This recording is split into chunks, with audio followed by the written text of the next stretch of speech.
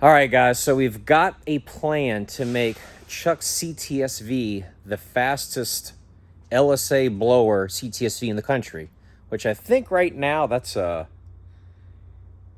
like mid 850, so like 855, 860, kind of somewhere in there. And believe me, I know this girl right here looks a little hurt, but it's all part of the plan. And guys, I cannot stand ill-fitting cages. It's like one of my pet peeves.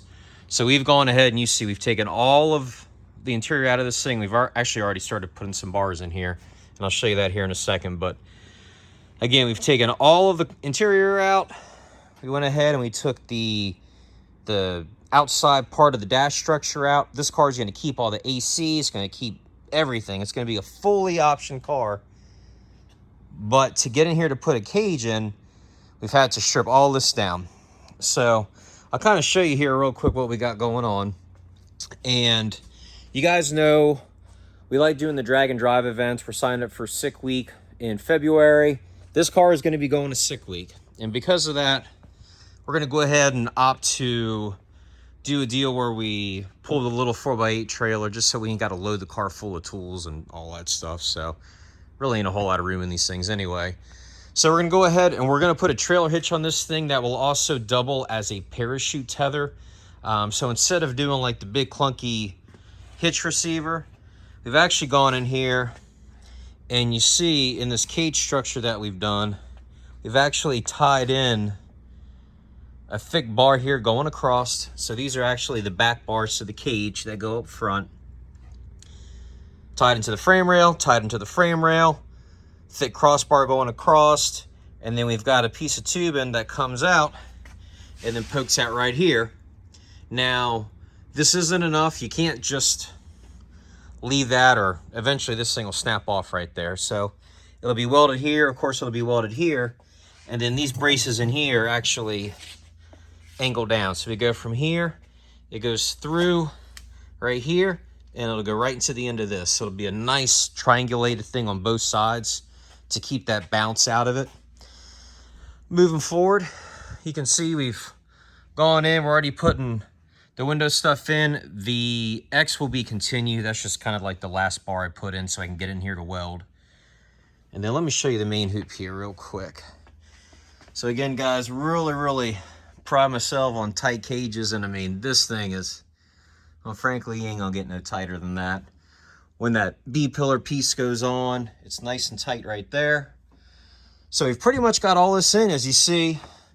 6x6 plates in the back here, and then of course 6x6 up front. That one's actually broken, runs up the rocker too. So kind of offers a little bit more support. But you kind of see what we got going on here. And then we've got the A-pillar bar that goes up to the dash bar already in. This design of this cage, in fact, I'll show it to you here. We do a broken dash bar. And what I mean by that is the 8-pillar bar that goes across will weld on that side, and then underneath, another bar will go down. So instead of that being one big long piece, we do a dash bar that style. I like it because I can actually tie the body into the cage as well to make it stiffer. And then it's a lot easier to just bend this bar and then do a separate piece down there, because actually this bar right here has even got a bend in it. But you can kind of see what we got to do to get a dash bar in a car, at least in a CTS-V with all this air conditioning work. So it's nice and tight in here. And it took a little bit of work to do this. This is what a lot of people don't see, how much effort this is. And then I hold this bar just off. That's what this little paint stick's in here for. So going down the road, this doesn't rub on the cowl and make a squeak. So I've got this just off of here just to hold the gap until I get everything tacked in. In fact, when all this is probably done, I'll probably even weld a tab here and weld a tab over there just to kind of tie that in. And then the factory dash mount, there was a bracket here. I'll cut that bracket and weld it right to the dash bar. So that way this is still removable and it's got a tab to hold that. So it's a lot of work, but it's all gonna be worth it. And then like I said, you can kind of see, sorry for the mess guys, but you can kind of see we've already got these floor plates down here, and that bar goes up behind the dash and then it kind of curves back and ties into the top. This one's bent the same way, so you can kind of see what we got going on here. But we've got that in, getting ready to tack all this in place. But I'm super, super happy with how all this is coming out. Also, guys, I've started on my template for my A-pillar bar. So a lot of people draw this stuff up in CAD, and I guess that's fine and dandy, but frankly, in real life, things change. So what I like to do is, instead of wasting a piece of chromoly, I just take a piece of some scrap mild steel, and I start getting my bend profiles set up so that way I can transfer this over to a piece of chromoly, bend it in one shot. And guys, if you ever have any questions as far as cage work goes, go ahead and drop a comment below. Love helping people. I've put a lot of cages and a lot of cars in my lifetime, and do not mind sharing some experience with you guys. So if y'all have ever a question with anything about best way to fit bars or how to design them or anything like that, let me know. But anyway, this is where we're at right now. We'll go ahead, we'll start doing the door bars, probably put the rocker bar in.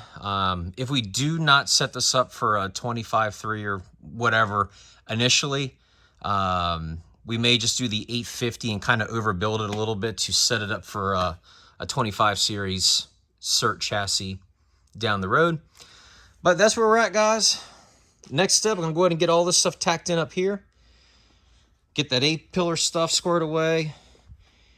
And then I'm hoping maybe by the end of next week, you guys might even see another video as far as the progress goes on this thing. And while all the glass and everything's out, I pulled the glass out and the back glass out because it's just so much easier to do the cage work. We'll go ahead and start painting all this stuff, and then we're going to do a rear seat delete.